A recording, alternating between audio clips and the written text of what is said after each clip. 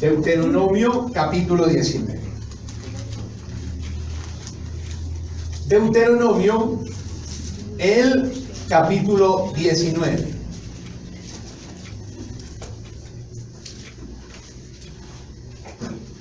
Y leemos únicamente el verso 21 para orar a Dios en esta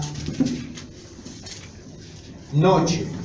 Dice allí la escritura: y no le compadecerás vida por vida, ojo por ojo, diente por diente, mano por mano, pie por pie. Amén. Oremos. Padre, te damos muchas gracias el día de hoy por tu palabra preciosa. Alabamos tu nombre bendito por ella. Gracias por la instrucción que ella trae en nuestras vidas. Te pedimos que tu Espíritu Santo hoy ilumine el estudio bíblico de esta noche para que podamos entender cosas, tener clara tu voluntad, Señor, y por sobre todo vivir una vida acorde, Señor, a lo que hoy aprendamos, Padre Santo. En el nombre de Jesús, muchas gracias. Amén y amén. Ahora sí, tome asiento, por favor.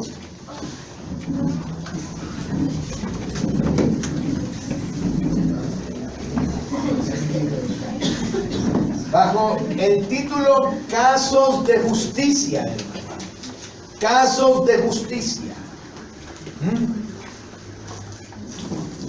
El capítulo 19 de Deuteronomio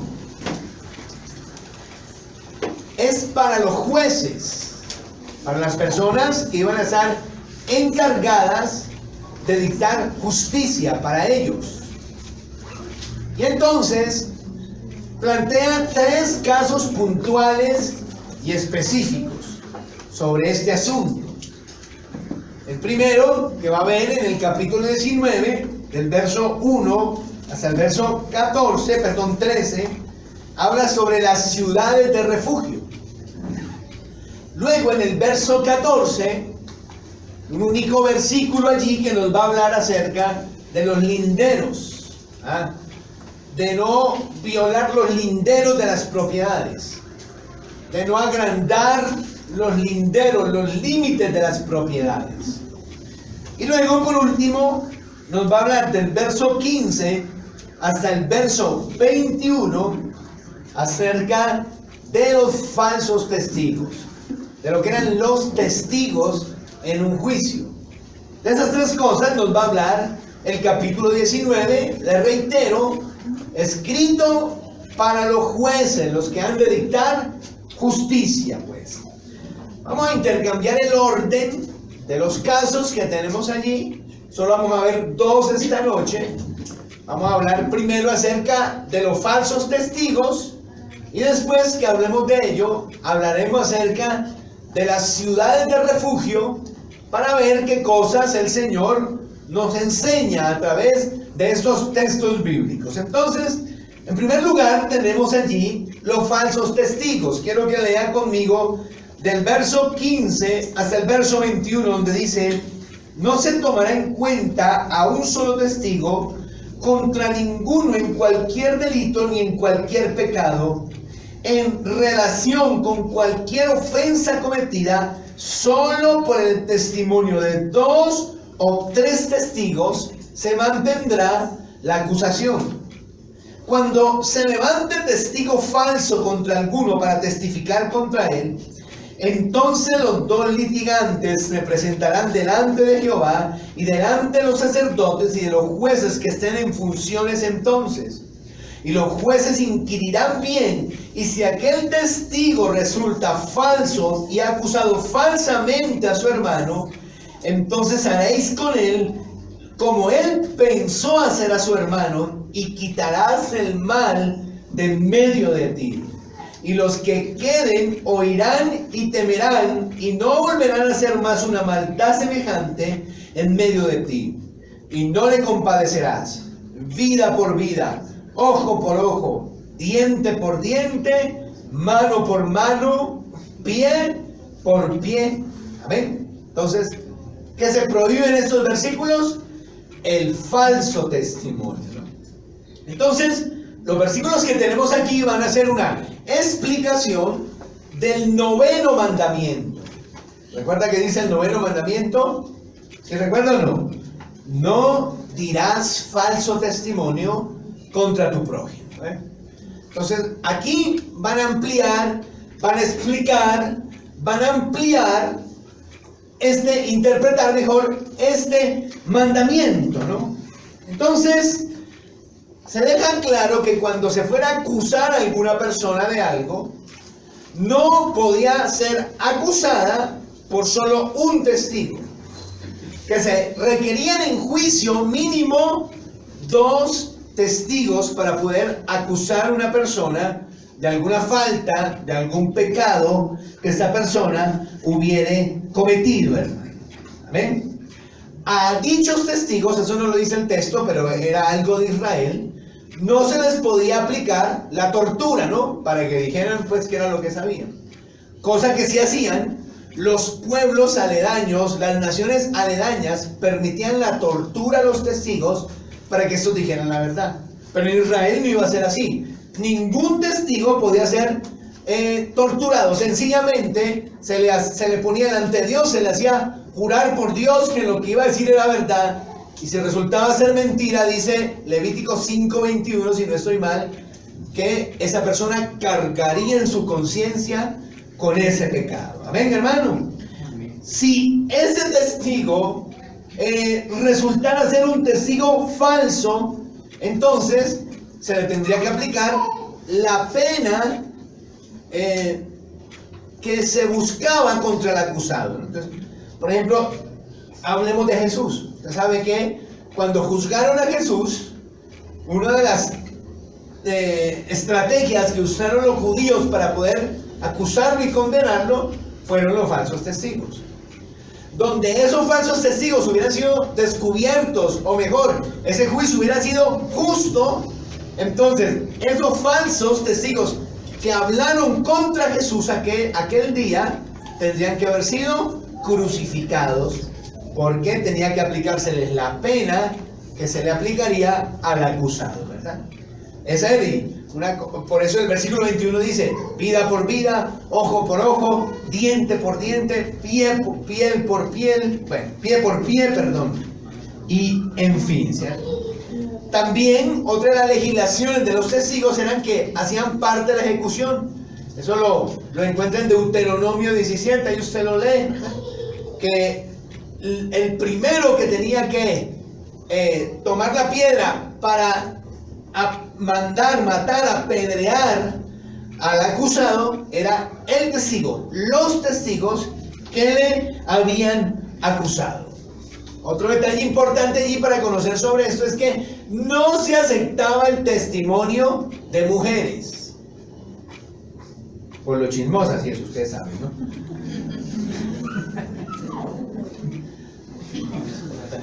No es por eso, pero no se aceptaba, porque ustedes sabían que las mujeres eran ciudadanas de segunda clase en las civilizaciones orientales, ¿no?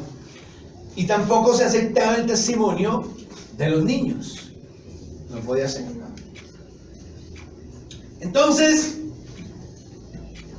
ese es un detalle llamativo, piénselo, porque las primeras testigas de la resurrección de Jesús fueron mujeres, ¿verdad? ¿Cierto? Que es una de las pruebas de que el relato es verídico, ¿eh? Si ellos hubieran querido inventar un relato ficticio, no hubieran puesto de ninguna manera mujeres como las primeras testigos, porque a las mujeres nadie les creía nada. Si el relato hubiera sido ficticio y ellos quisieran haberlo inventado, lo hubieran inventado, entonces hubieran puesto a todas luces hombres como los primeros que vieron la tumba vacía y a Jesús resucitado, ¿no? Porque a los hombres se les creía, pero a las mujeres no. Ese es un detalle importante.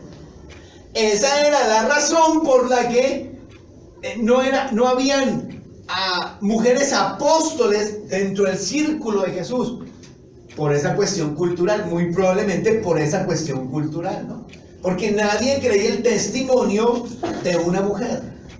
vaya agarrando sabiduría. Pero cuando venimos al Nuevo Testamento, además de estos detalles que le acabo de dar, nos encontramos que este concepto de los dos testigos, mínimo dos testigos para hacer verídica alguna acusación, alguna cuestión, tiene varias aplicaciones en el Nuevo Testamento y en la iglesia, ¿cierto? Vamos a nombrar algunas. Por ejemplo, la primera sería: por ello es que Jesús enviaba a los discípulos de dos en dos. Esta muy probablemente era la razón, porque para la costumbre judía no se le podía creer a una persona, sino que tenían que ser mínimo dos personas las que testificaran de un hecho para que éste fuera creíble. Entonces, probablemente por eso fueron enviados de dos en dos. Bueno, hoy día eso no importa, ¿cierto? Así sea uno le creen, ¿ya? Pero ahí, de todos modos, de dos en dos es importante porque ahí se ayudan, ¿no? Trabajo en equipo, mutuamente están ahí juntitos. También cuando Jesucristo fue a hablar a favor de él, citó tres testigos que podían confirmar lo que él decía que él era, ¿no? Quiero que miren Juan capítulo 5, versículo 31 al 39, esta cuestión. Juan capítulo 5, versículo 31 al 39. Juan 5, 31 al 39. Mire lo que dice allí, los va a ir contando los testigos. Dice: si yo doy testimonio acerca de mí mismo, mi testimonio no es verdadero. ¿Ya? Ahora dice: otro es el que da testimonio acerca de mí, y sé que el testimonio que da de mí es verdadero. Vosotros enviasteis mensajeros a Juan, y él dio testimonio de la verdad. ¿Cierto? Entonces, el primer testigo fue ¿quién? Juan Bautista. Jesús dice: él es mi primer testigo, ¿no? Luego dice: pero yo no recibo testimonio de parte de hombre alguno, mas digo esto para que vosotros seáis salvos. Él era una lámpara que ardía y alumbraba, y vosotros quisisteis regocijaros por un tiempo en su luz. Mas yo tengo mayor testimonio que el de Juan, dice, porque las obras que el Padre me dio para que las llevase a cabo, las mismas obras que yo hago, dan testimonio de mí, de que el Padre me ha enviado. El segundo testigo que cita Jesús entonces es sus obras, sus milagros, sus señales. Lo que él hace es el segundo testigo.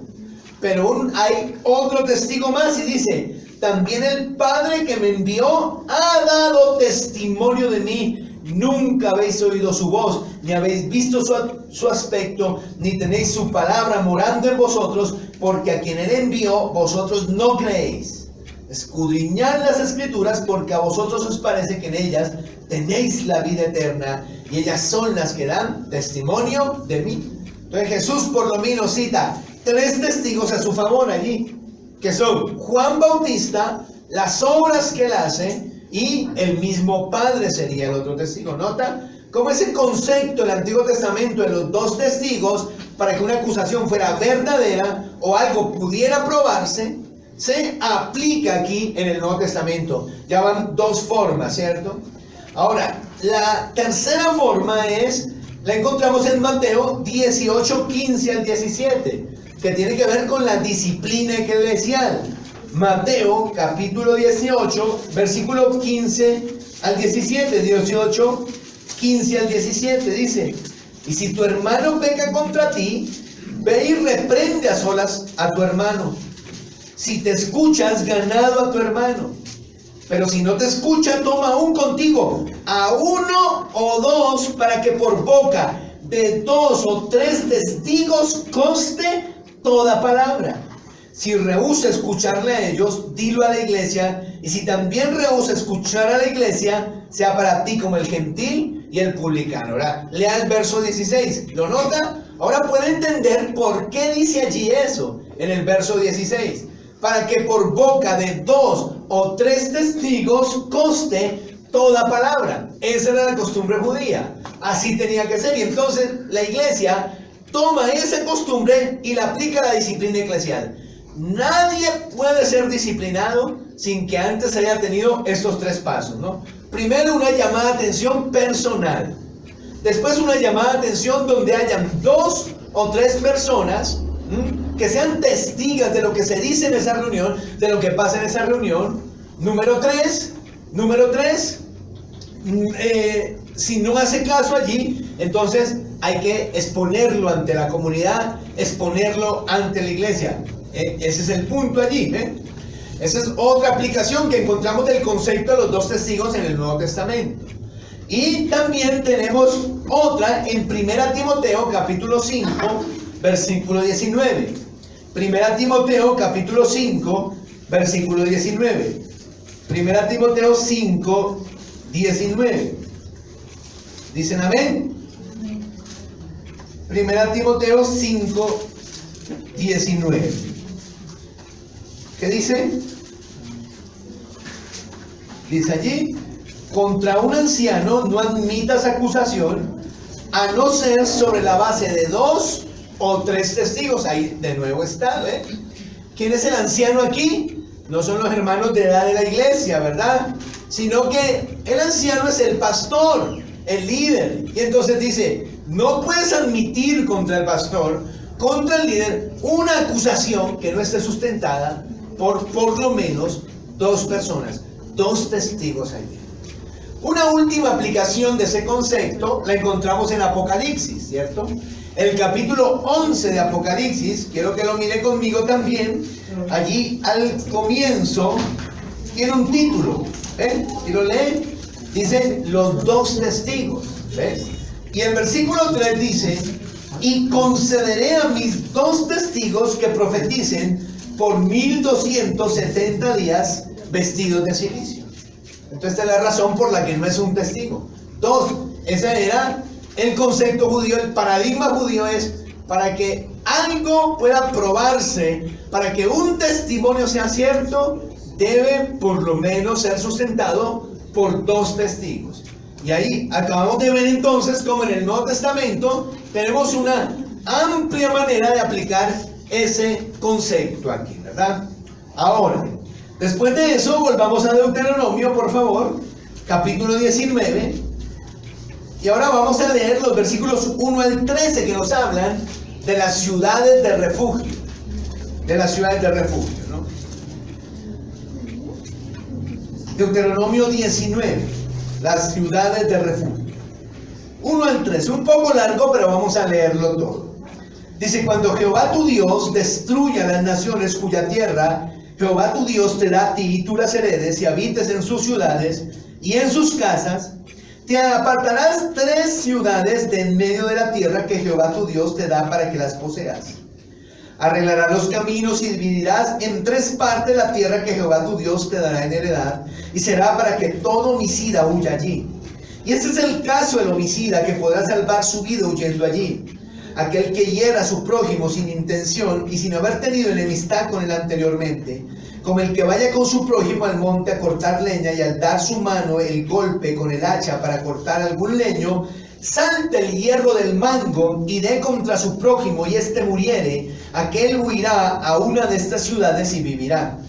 No sea que el vengador de la sangre, enfurecido, persiga al homicida y le alcance por ser largo el camino y le hiera de muerte, no debiendo ser condenado a muerte, por cuanto no tenía enemistad con su prójimo anteriormente. Por tanto, yo te mando diciendo, separarás 3 ciudades. Y si Jehová tu Dios ensancha tu territorio como lo juró a tus padres y te da toda la tierra que prometió dar a tus padres, siempre y cuando guardes todos estos mandamientos que yo te prescribo hoy, para ponerlos por obra, que ames a Jehová tu Dios y andes en sus caminos todos los días, entonces añadirás 3 ciudades más a estas 3, para que no sea derramada sangre inocente en medio de la tierra, que Jehová tu Dios te da por heredad, y no sea culpado de derramamiento de sangre. Pero si algún hombre aborrece a su prójimo y lo acecha y se levanta contra él y lo hiere de muerte y muere si oye alguna de estas ciudades, entonces los ancianos de su ciudad enviarán y lo sacarán de allí y lo entregarán en manos del vengador de la sangre para que muera. No le compadecerás y quitarás de Israel la sangre inocente y te irá bien. Hasta ahí. Y te irá bien. ¿Ven?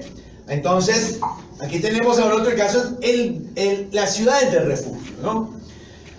Cuando alguien mataba a otra persona, allá en Israel, el pariente más cercano, el pariente masculino más cercano, tenía el deber de vengar la muerte de esa persona. Es al que en este texto se le llama el vengador de sangre. Una palabra en hebreo que es Goel, el Goel, ¿cierto? Aquí lo han traducido el vengador de sangre. Entonces él tenía el deber de ir y vengar a su pariente que otro había matado, ¿cierto? Entonces había como una salvaguarda para las personas que inocentemente habían asesinado a alguien, ¿cierto? Y es que podían ir a los cuernos del altar de bronce, prenderse de allí, y una vez hiciera eso, el vengador no podía matarlo. Pero iba a suceder que Israel entonces iba a expandirse, ya no iba a ser ese pueblo nómada del desierto, donde el tabernáculo quedaba allí mismo, la persona podía correr rápido, prenderse los cuernos del altar de bronce, y allí quedaba salvaguardado. Sino que ahora Israel iba a estar asentada en una región de unos 110 kilómetros, ¿cierto? De largo, más o menos, así, bueno, en fin. Entonces, pues, obviamente, si lo mató por allá en Siquén, pues no iba a poder agarrar a correr hasta donde estuviera el tabernáculo para prenderse allá en los cuernos y que no le hicieran nada.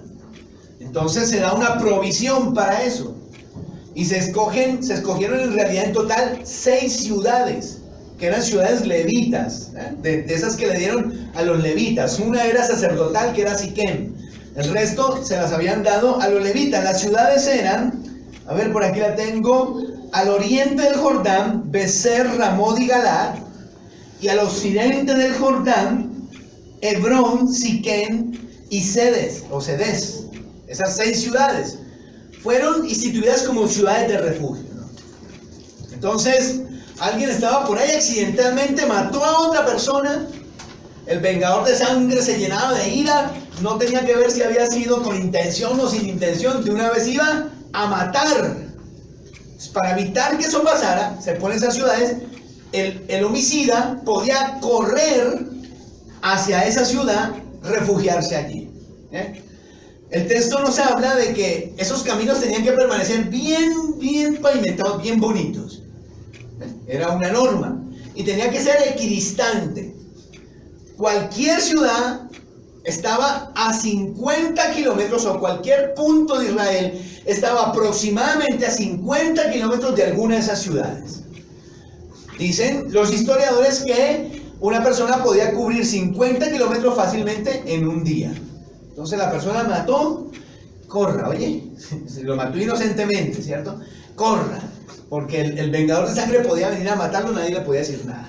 Y entonces corra, llegaba a la ciudad, se metía a la ciudad, o llegaba a la puerta de la ciudad, que era donde se dirimían los casos, y ahí hablaba con los ancianos y le explicaba lo que pasó. Si los ancianos le creían, él podía entrar a la ciudad, el vengador de sangre no podía ir allí, no podía matarlo. Me estoy haciendo entender, hermano. Después de eso, se le hacía un juicio a ese hombre, pero tenían que llevarlo a la ciudad donde habían sucedido los hechos. Entonces allá le hacían el juicio, los ancianos, los jueces de esa ciudad. Si resultaba ser inocente, lo trasladaban de nuevo a la ciudad de refugio, y allí podía vivir hasta que muriera el sumo sacerdote, y al morir el sumo sacerdote podía regresar a su ciudad y nadie podía tocar. ¿Y por qué hasta que se muriera el sumo sacerdote? Probablemente porque recuerde que él era el representante de Dios ante el pueblo. Esos pecados caían sobre él. Entonces cuando el sumo sacerdote moría, ese pecado quedaba expiado, moría con él. Y tal vez por eso entonces era hasta que muriera el sumo sacerdote. Pero esa persona no podía salir de esa ciudad. O podía, pero donde se encontrara el vengador, le daba lata. Y nadie le puede decir nada al vengador. Pero supongamos que fueron a la ciudad donde sucedieron los hechos y los ancianos de esa ciudad lo encuentran culpable. Entonces esa persona quedaba a expensas del vengador de sangre. Podía matarlo, nadie podía decirle nada. Y si no estaba el vengador de sangre, y igual mató a alguien, la pena era la muerte para él también. Ojo por ojo, diente por diente. ¿Ah? ¿Cómo le parece eso? Ese detallito. Ahora, ¿qué podemos aprender nosotros de esto? Porque los dos testigos, pues uno ya vimos que tiene aplicaciones en el Nuevo Testamento. Tiene aplicaciones que ya describimos. Pero aquí hay un problema, y es que, ¿cómo podemos aplicar esto a nosotros con la venganza? Entonces, cada vez que alguien le haga algo, ojo por ojo, diente por diente, pie por pie, mano por mano, y aleluya. ¿Sí? ¿No es cierto? Nosotros ya, si algo sabemos del cristianismo, es que ya la venganza muere para nosotros. Entonces, ¿cómo aplicamos esto? Pues veamos la enseñanza de Jesús y los apóstoles sobre la venganza. A ver, la primera enseñanza que encontramos es Mateo 5, 38 al 42. Mateo 5, 38 al 42. Donde Jesús habla del versículo 21 de Deuteronomio 19, entre otros, ¿no? Porque eso mismo lo dicen otras partes ahí del Pentateuco. Pero aquí Jesús entonces lo menciona. 5:38. Note, oísteis que fue dicho, ojo por ojo y diente por diente, ¿cierto? Ahí está. Amén. Ahora se me olvidó decir una cosa. Esta es la conocida ley del talión, ¿no? Que algunos creen que buscaba propiciar la venganza y lo que buscaba era limitar la venganza. Porque a veces sucedía que un israelita, le doy un ejemplo, le tumbaba un diente a otro israelita. Y entonces el otro israelita decía, ahora me la vas a pagar, y le tumbaba todos los dientes. ¿Sí? O un israelita iba y le robaba al otro, ¿no?, alguna cosa. Un marrano tenía, una oveja. Y el otro israelita se da cuenta y decía, ahora vas a ver, y le robaba toda la manada. Entonces, en realidad la ley del talión se dio para decir, no. Si te rompe un diente, solo un diente puedes romper. Si te roba una oveja, solo una oveja puedes tomar de él. O sea, era tratando de limitar la venganza, no de propiciarla o expandirla, sino de limitarla. Pero entonces viene Jesús, ¿no? Y dice, oísteis que fue dicho, ojo por ojo, diente por diente, ¿no? Y ahora viene la culminación de la ley aquí, cuando él dice, pero yo os digo, no resistáis al malvado, antes a cualquiera que te hiere en la mejilla derecha, vuélvele también la otra. Y al que quiera ponerte a pleito y quitarte la túnica, déjale también la capa. Y a cualquiera que te obligue a llevar carga por una milla, ve con él 2. ¿Cierto? Bueno, ¿qué pasa ahí, hermano?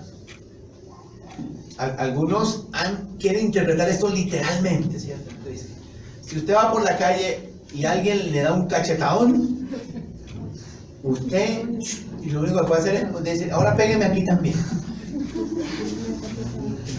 ¿Cierto? ¿Usted se acuerda qué pasó cuando alguien le dio un cachetadón a Jesús? Precisamente él no dijo, ahora pégame aquí también, sino que le reclamó. ¿Sí le ha leído la Pasión? Jesús le reclamó, ¡pum! Le dio un cachetadón. ¿Por qué me pegas? ¿Qué dije mal? Si dije mal, dime que dije mal, pero ¿por qué me pegas? Le dijo. Palabras más, palabras menos. ¿Ah? O sea que eso no es una cosa para interpretarla literalmente, que si tengo un trompadón y usted dice, no, pues yo soy cristiano, pégame aquí también. Sino son recursos literarios para decirnos solo una cosa: no se vengue. Ya, esa es la enseñanza. No se vengue. No busque la venganza. El creyente debe tener un corazón perdonador y generoso. De hecho, el perdón, uno de los ingredientes del perdón es renunciar a vengarme. Amén. O sea, mientras usted tiene como que la rasquiñeta allí, como que me la paga, es que le estoy buscando en la caída, pero me la paga, usted no tiene una herida, no ha perdonado, ¿verdad? Porque cuando uno perdona, uno de los ingredientes del perdón es: yo renuncio a vengarme.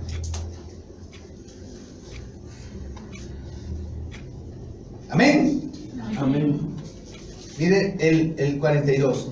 Al que te pida, dale, y al que quiera tomar de ti prestado, ¿qué?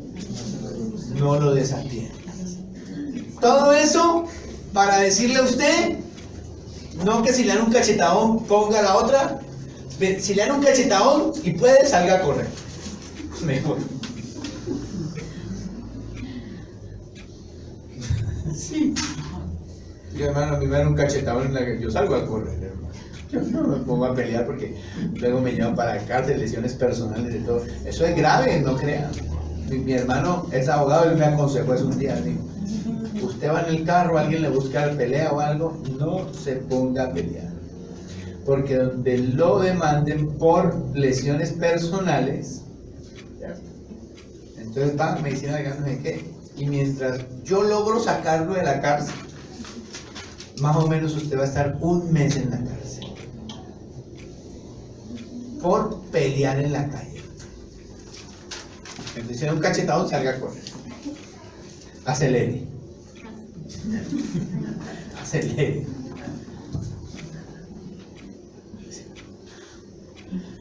Que su esposo le dé una cachetada. Usted dice: no, es que la Biblia dice que te voy a poner la otra mejilla. Y le pone la otra mejilla. ¡Pra! Se dejan los dedos ahí. Cuando su esposa le pegue, usted tiene que pensar seriamente en divorciarse. Sí, señor. Si le pegan, tiene que pensar seriamente en divorciarse. Porque es un peligro. Amén. Y si su esposa le pega, también. Oye, en serio. ¿Qué enseña Mateo 5, 38 al 42? Que se dejan en todas las mejillas, que no. ¿Qué enseña? No se vengue. Ya. Luego, el apóstol Pablo nos desarrolla un poco más esta idea y nos dice en Romanos 12, 17 al 19. Romanos 12, 17 al 19. Dice: no paguéis a nadie mal por mal. ¿Ah? Procurad lo bueno delante de todos los hombres. Si es posible, en cuanto dependa de vosotros, estad en paz con todos los hombres. Y luego: no os venguéis vosotros mismos, amados, sino dejad lugar a la ira de Dios, porque escrito está: mía es la venganza, yo pagaré, dice el Señor. Así que si tu enemigo tiene hambre, dale de comer, y si tienes sed, dale de beber, pues haciendo esto amontonarás sobre su cabeza carbones encendidos. ¿Qué dice todo este texto? Bueno, varias cosas bien bonitas, ¿no? El 18 me gusta mucho, dice: si es posible, en cuanto dependa de ustedes, estén en paz con todos los hombres. Hace años una persona me decía que estaba cargada porque estaba tratando de buscar la paz con una persona, era un familiar, y no se dejaba y quería seguir mirando mal y quería seguir así con esa actitud, sí, rencorosa y eso. Y entonces el hermano estaba cargado. O sea, ¿qué hago en ese caso? Es que no quiere hacer la paz, no quiere hacer la paz. Entonces me acordé de este texto y le dije: no, usted tranquilícese. Si es posible, en cuanto dependa de usted, esté en paz con todos. Lo que pasa es que hay gente con la que no se puede tener paz. Les gusta es odiar, les gusta es el rencor, quieren es desquitarse, quieren seguirlo mirando feo a usted, cada vez que usted mete, bueno, usted hace la paz, bien, perdona y toda la cosa, le hacen otra. Y luego usted va y lo perdona y hace la paz otra vez y se la vuelve a hacer. Y luego va y hace la paz y otra vez se la hace. Usted tiene que acordarse de esto. Dice, si es posible, en cuanto depende de usted, esté en paz. Hay gente que usted tiene que perdonar y alejarse. Porque es un problema después. Y que lo siguen mirando mal, que no sé qué. Problema de ellos. Porque usted está haciendo lo posible, lo que depende de usted. Pero luego nos habla específicamente de la venganza. Entonces, nos dice en ese punto específico sobre la venganza que no tomemos acción nosotros y que dejemos que Dios haga. ¿Bien? ¿Amén? Amén. La cosa es así, si usted se venga de alguna manera, Dios no se venga. Pero si usted no se venga, entonces Dios toma control de la situación.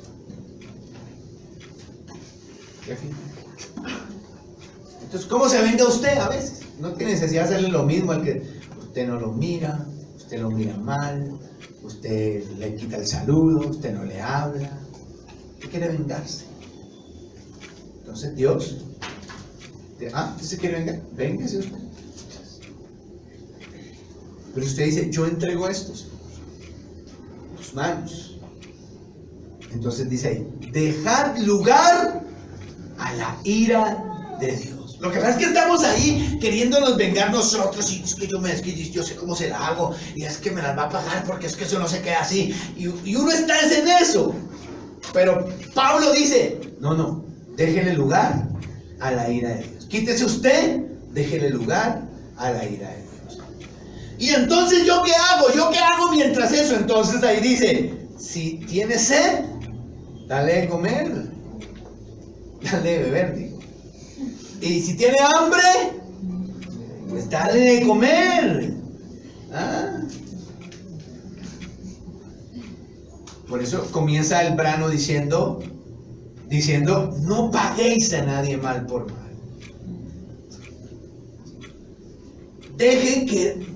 Quítese usted, déjele lugar a la ira de Dios y mientras tanto, usted tiene que amar, servir a los demás. Y luego dice ahí, ascuas de fuego amontonará sobre su cabeza. ¿Alguien alguna vez se preguntó qué quiere decir eso? Sí, carbones encendidos, amontonará sobre su cabeza carbones encendidos, dice el final del versículo 20. ¿Alguien alguna vez aquí se preguntó qué quería decir eso? Pues la primera vez que yo leí eso, yo me imaginaba, sí, llamitas encima de la cabeza del enemigo. Yo decía, pero ¿para qué sirven esas llamas? ¿Qué será eso? Luego usted lee, investiga, y eso quiere decir, así harás que le arda la cara de vergüenza. Eso es lo que quiere decir, ascuas de fuego amontonará sobre su cabeza. Así harás que le dé vergüenza.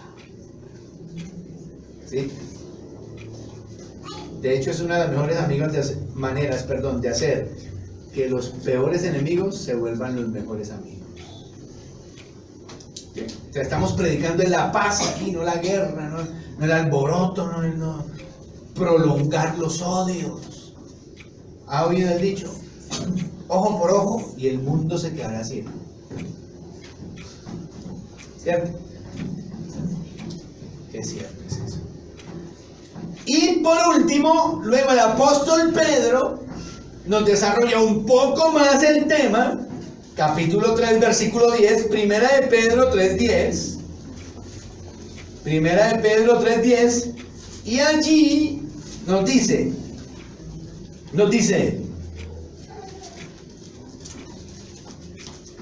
es el 9, 3:9, dice, no devolviendo mal por mal, ni maldición por maldición, sino por el contrario, bendiciendo, sabiendo que fuimos llamados con el fin de que heredaseis bendición. ¿Qué quiere decir eso? bendiciendo, dice, orando por ellos. Entonces dice, si te maldicen, ora por ellos. Bendícelos tú. Ora bendiciéndolos. Pero nada de que yo te bendigo, yo desato la bendición sobre ti, yo, todas esas locuras que uno oye decir. No, Señor, te pido que bendigas mi enemigo. Señor, él me maldice, yo le bendigo a esa persona. Que le vaya bien, que salga adelante, que se cumplan sus sueños, sus metas. ¿Por qué no mirar así? No me miren así. Es por orar tú. Va a orar tu abuela, por él. Yo no voy a orar por nadie. ¿Sabe? Esa es herida en el corazón. Esa es una evidencia de una herida en el corazón. ¿Sí? ¿Qué tiene que hacer? Si lo maldicen, ¿qué? Bendiga. El resto es orgullo. Y Dios mira de lejos al orgulloso. Y Dios humilla al orgulloso. Amén, hermano. Ahorita estoy pensando en unas niñas que me caen mal en el colegio. Porque es que yo las saludaba y se quedaban mirándome así mudas como si nunca les hubiera saludado en la vida. Y entonces se fue engendrando en mi corazón una cosita ahí. Porque fue varias veces, hermana. Entramos al ascensor y yo decía, buenas tardes, niñas. Y dije, qué vergüenza. Bajaba, me la encontré en la puerta ahí de la torre y entonces, buenos días, niñas. Y yo decía, ¿pero estas qué? Y el otro día le dije a mi esposa, chinas me caen mal. Y ella me dijo, pero si a ti no te cae mal nadie. Yo no, pero esas chinas sí me caen mal porque no me saludan y porque me dejan con el saludo en la boca siempre. Pero ahora el Señor me está hablando que tengo que seguirla saludando. Voy a seguir saludando. Porque yo ya no la saludaba. Yo pasaba derecho. Pero el Señor me está hablando que tengo que saludarlas. A partir de hoy las saludo cuantas veces las veo. No, es que yo no sé, son raras. Es que los chinos de hoy son raros, no le enseñan a saludar. Saluda, lo dejan uno con el saludo en la boca y uno queda ahí, pero ¿qué tengo? ¿Cómo sigue? ¿Por qué no me saluda? ¿Qué dice? ¿No han notado? Salude a un niño y verá que no lo saluda. Saluda a un adolescente y él se queda ahí. De verdad uno queda. ¿Qué fue? ¿Qué pasó? Y entonces, ¿qué se gana? Que uno no los vuelva a saludar nunca. Este chino lamparoso. ¿Qué se cree? No, pero ahora saludaré a las niñas. Mi amor será testigo de eso. ¿Ah? ¿Así sea mujer es testigo? ¿Sí? ¿Sí? ¿Testigo o testiga? Testigo. ¿Qué está estudiando usted?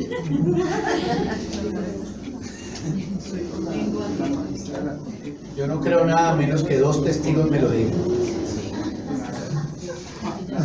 ¿Testiga o testigo? Testigo de los hechos.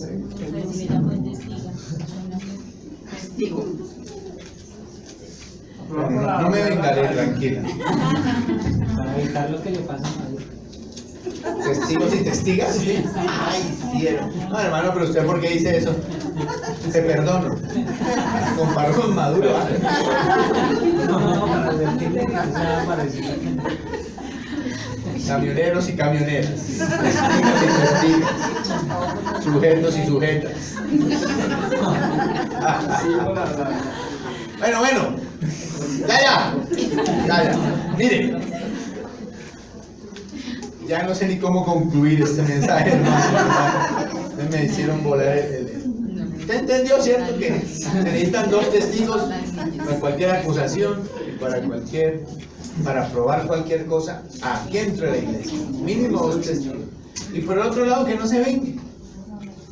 El vengador de sangre ya podía matar y de todo, pero aquí es otra cosa.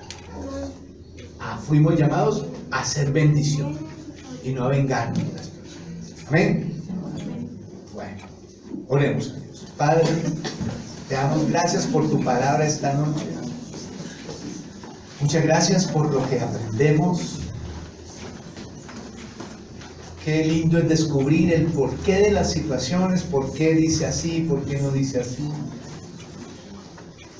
Hoy podemos entender por qué tantas veces en el Nuevo Testamento se nos habla de 2 testigos. Y es que solo así se pueden probar las cosas, según tu palabra. Solo así es válido un testimonio. También queremos pedirte que nos ayudes con esta cuestión del odio en nuestro corazón, del rencor en nuestro corazón. Que nos ayudes con esta cuestión de la amargura que cobija nuestra alma a veces y esos deseos de vengarnos de las personas, de hacerles que paguen, de no saludarlos, de no mirarlos, de mirarlos mal. No podemos sentir esas cosas, Señor. Eso no es tuyo, Señor. No podemos sentir esas cosas. Y por eso esta noche, al oír tu palabra, queremos pedirte que nos ayudes con eso, Señor. Para ser testimonios, ser mansos, humildes, como fuiste tú, Señor. Ayúdanos a mejorar las relaciones que tenemos con otras personas. Te lo suplico en el nombre de Jesús, Señor. Es muy importante para nosotros que estas cosas sucedan en nuestro interior. Muchas gracias, Padre. Amén. Amén.